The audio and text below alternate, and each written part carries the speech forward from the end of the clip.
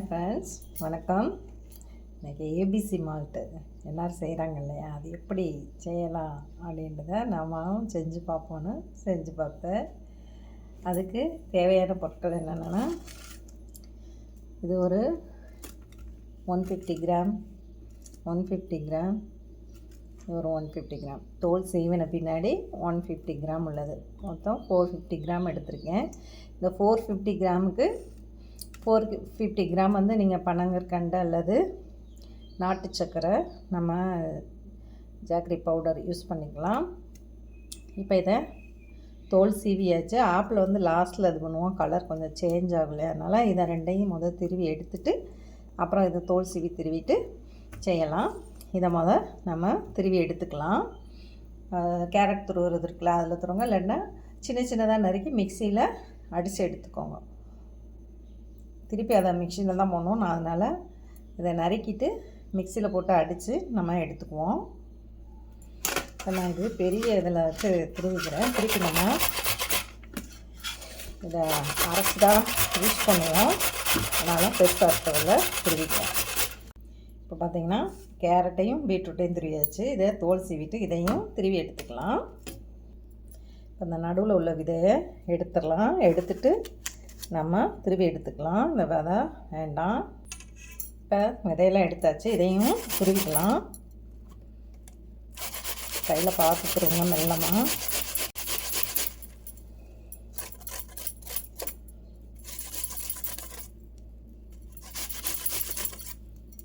இப்போ இதில் apple, carrot, beetroot மூணையும் போட்டிருக்கோம். இதை மிக்சியில் போட்டு அடிச்சுக்கலாம்.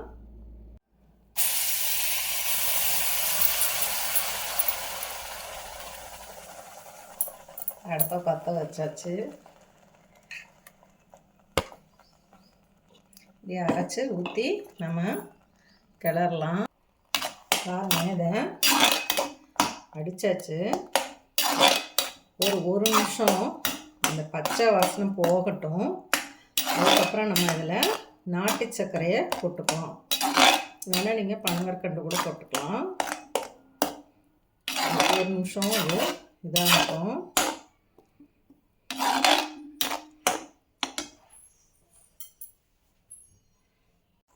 கொதிக்க ஆரம்பிச்சிருச்சு இல்லையா? அப்போ இது 450 கிராமுக்கு 450 கிராம் சர்க்கரை போட்டுக்கலாம்.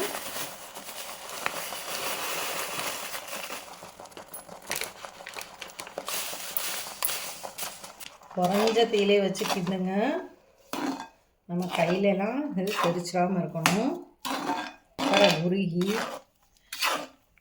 அந்த பால் கொதிச்சோறும் ஜாக்கிரதையாக செய்யுங்க. இப்போ இது நம்ம 450 கிராம் சர்க்கரை, 450 கிராம் இதை எடுத்தோம். இதுக்கு நீங்கள்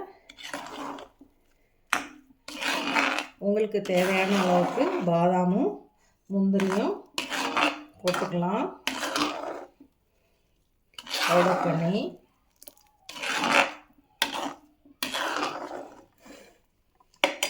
கொதிக்கட்டும். கிண்டி விட்டுக்கிட்டே இருங்க. பாருங்கள், சர்க்கரையை போடவும் அந்த இது வெங்காயி வருது.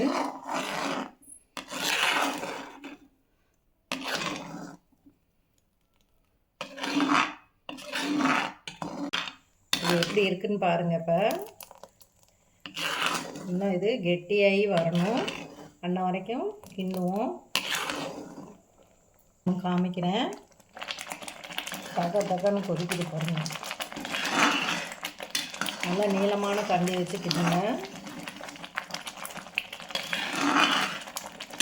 வதக்கி இப்போ கொஞ்சம் வத்திருக்கு.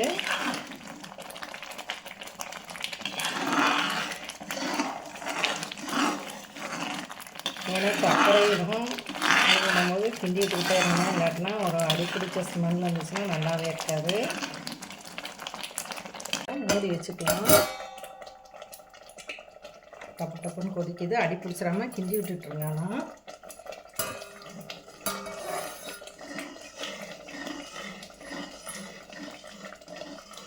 ரொம்ப பெருக்கிடுங்க. நல்லா அழிச்சு விட்டுருங்க. சுற்றிலும் கெட்டி ஆயிடுச்சு பாருங்கள். இன்னும் கொஞ்சம் நேரம் இதாகட்டும். அதுக்கப்புறம் நம்ம இந்த பாதாம் முந்திரியை பவுட்ரு பண்ணி வச்சுக்கோங்க. அதை முதலையே எந்த அளவுக்கு எடுக்கிறீங்களோ, இப்போ 100க்கு 10 கிராம் அளவுக்கு எடுத்துக்கலாம். நம்ம இஷ்டம் தாங்க. உங்கள் வீட்டுக்கு வேணால் இன்னும் கொஞ்சம் கூட போடணும், போட்டுக்கலாம். ஒரு 5 கிராம் எக்ஸ்ட்ரா. இது 900 கிராம் இருக்கனால நான் 90 கிராம் பாதாமும் முந்திரியும் சேர்த்து எடுத்துருக்கேன். பாருங்கள், மொத்த ஆரம்பிச்சிருச்சு. நீர்லாம் போகணும்.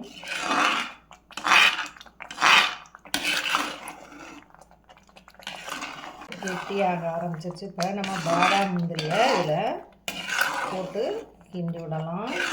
இதை பாதாம் முந்திரியை போட்டுடலாம்.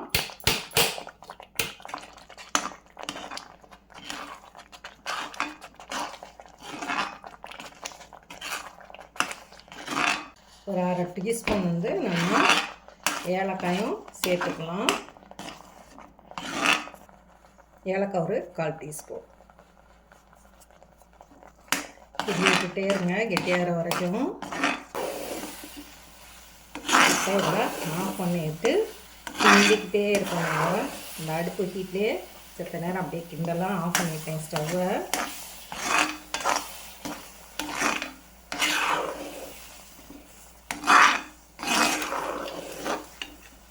இது ஒட்டிகிட்டு இருக்குதுன்னா இதை வச்சு இப்படி நல்லா மலிச்சு விட்டுக்கோங்க. ஸ்பெட்டில் வச்சு கிண்டிக்கிட்டே இருக்கணுங்க.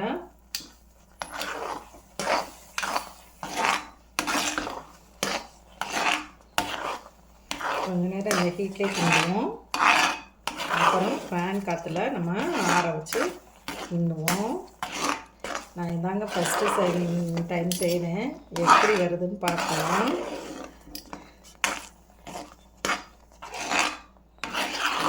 எனக்கு முந்திரியும் பாதாமும் மிக்ஸி ஜாரில் இவ்வளோ தான் அடிக்கப்பட்டது.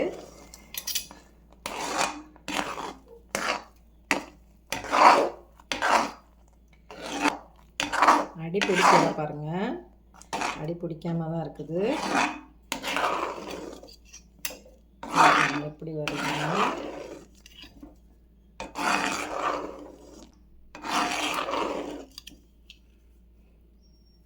பார்க்கலாம். எப்படி பாருங்கள், எவ்வளோ கெட்டியாக கிண்டிக்கிட்டே இருக்கணுங்க. அப்போ தான் நமக்கு உதிரி உதிரியாக வரும். அந்த சூடு ஆற ஆற அந்த இது இதாகணும். சுற்றிலும் நல்லா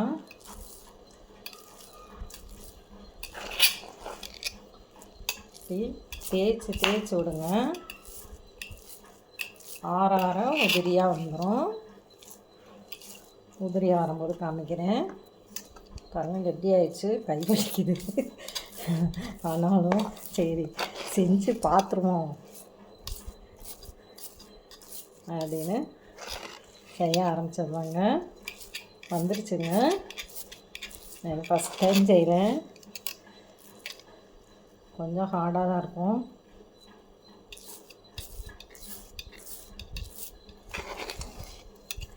இது இப்படி உதிர்ந்து பவுட்ரு மணிக்கு வரணுங்க. அந்த வரைக்கும் நம்ம ஆற வச்சு தேய்க்கணும். அப்புறம் காமிக்கிறேன். பாருங்கள், நான் ஃபேனை போட்டுப்பாங்க ஆற வச்சுருக்கேன். இதை ஒரு ஸ்பூனை வச்சு நம்ம இது பண்ணிக்கலாம். பாருங்கள், அதான் எப்படி அல்வா மணிக்கு இருந்துச்சு. இப்போ கொஞ்சம் கொஞ்சமாக உதிர ஆரம்பிச்சிருக்கு. கெட்டி இல்லாமல் நீங்கள் இப்படி செஞ்சு விட்டுட்டே இருங்க.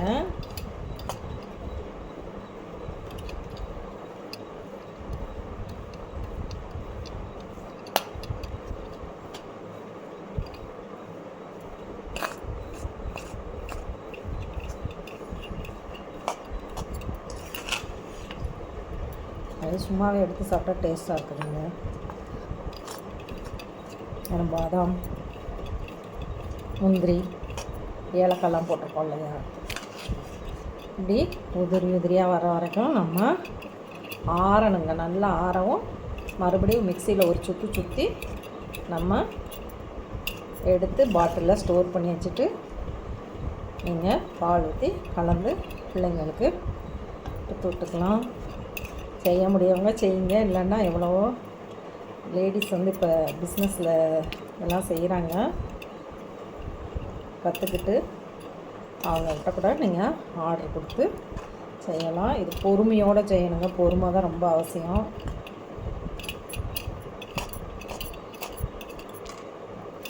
பாருங்க முதக்கி எப்படி இதாகிடுச்சு, இப்படி மணலாக வரணும். இது கட்டி முட்டியமாக இருக்குது. இந்த கட்டிகள்லாம் நீங்கள் உடச்சி விட்டு மணலாக கொண்டு வரணும். மணலாக வரும்போது பார்ப்போம் எப்படி இருக்குதுங்க. அந்த கரண்டியை போட்டு கிட்ட முடியலங்க, அதனால் அது ஃபுல்லாக அப்பிட்டு இருந்ததுனால இந்த ஸ்பூன் எடுத்துக்கிட்டேன். பாருங்கள், இன்னும் இதை கட்டி இல்லாமல் நம்ம ஆறுற வரைக்கும் கிளறிக்கிட்டே இருக்கணுங்க. பாருங்கள், இதை மிக்சியில் ஒரு கடைசியில் லைட்டாக ஒரு சுற்றி கட்டி இல்லாமல் எடுத்து சலித்து எடுத்து வச்சுக்கோங்க. பாலில் போட்டு கலந்து வச்சுக்கலாம். நான் அந்த கட்டியெல்லாம் இது பண்ணிவிட்டு அப்புறம் உங்களுக்கு மிக்சியில் மேஷ் பண்ணோம்னா இந்த கட்டிகள்லாம் குறைஞ்சி கம்மியாக வரும். எனக்கு ஃபஸ்ட்டு டைம்னால இப்படி வந்திருக்கு. ஆற தாங்க நமக்கு வேலையே ஜாஸ்தியாக இருக்குது. கிண்டும் போது கூட ஒன்றும் தரல. இந்த இதை இது பண்ணுற வரைக்கும் மணலாக ஆக்குற வரைக்கும் நமக்கு கொஞ்சம் வேலை. அப்புறம் பார்க்கலாம். பார்த்திங்கன்னா இது இப்படி வந்திருக்கு எனக்கு.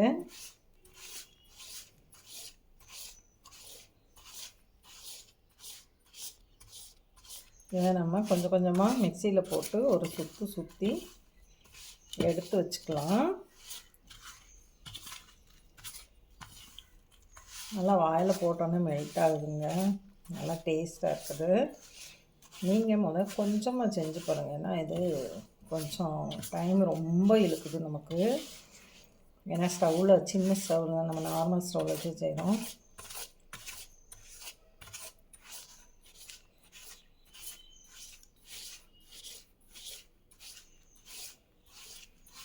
கையாலேயே மேக்ஸிமம் இதை உடச்சி விட்டுக்கோங்க. அப்புறம் லைட்டாக மிக்சியில் ஒரு சுற்றி நம்ம எடுத்துக்கலாம். இது கொஞ்சம் பெரிய வீடியோ தாங்க, நான் உங்களுக்கு அப்படியே என்னென்ன செஞ்சேனோ அதை அப்படியே காமிச்சிருக்கேன். இப்போ தான் மிக்சியில் கொஞ்சம் கொஞ்சமாக போட்டு அரைப்போம். பாருங்கள், நான் இந்த பெரிய ஜல்லடையில் போட்டு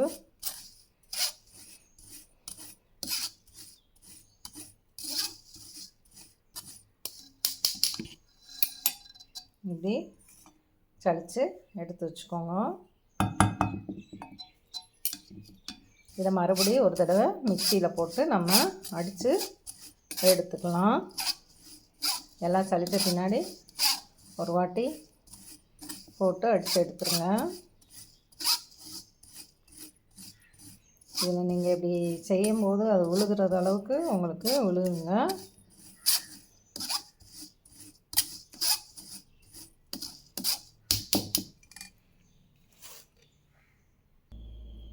பாருங்கள், இதை சலித்து எடுத்துட்டேன். இதை ஒரு நல்லா ஏர் டைட் இதில் ஜிப்லாக் கவரில் போட்டு கூட டப்பாவில் போட்டு வச்சுக்கோங்க. ஒரு 2-3 பேக்காக நீங்கள் பிரித்து போட்டு வச்சுக்கிட்டிங்கன்னா உங்களுக்கு காற்று போகாமல் நல்லா இதாக இருக்கும். நல்லா டேஸ்ட் நல்லா இருக்குங்க, சாஃப்டாக இருக்குது. உள்ளே வாயில் போட்டோன்னே அப்படியே கரைஞ்சிருது. நீங்கள் பாலில் போட்டு ஆற்றி பிள்ளைங்களுக்கெலாம் கொடுக்கலாம். கொஞ்சம் கஷ்டமான வேலை, ஆனால் நம்மளே செஞ்சோன்ற ஒரு திருப்தி இருக்கும் இல்லையா, அதாங்க. எனக்கு சரியாக அடிபடாதனால இந்த பாதாம்லாம் கொஞ்சம் இதாக தெரியுது, மற்றபடி ஒன்றும் இல்லை. இந்த கப்பி இன்னொரு தடவை கூட நம்ம பெருசாக இருக்கிறத மிக்சியில் ஒரு சுற்றி எடுத்து நம்ம யூஸ் பண்ணிக்கலாம். நல்லா பெரிய கொஞ்சம் கண்ணு உள்ள ஜல்லடையில் போட்டு சரிங்க, அப்போ தான் இறங்கும், இல்லைன்னா இறங்காது. இது தேங்க்யூ ஃபார் வாட்சிங். என் சேனலுக்கு நீங்கள் லைக் பண்ண மறக்காதீங்க, சப்ஸ்கிரைப் பண்ண மறக்காதீங்க, கமெண்ட் பண்ணுங்கள், இதை ஷேர் பண்ணுங்கள் மற்றவங்களுக்கும். தேங்க்யூ ஃபார் வாட்சிங்.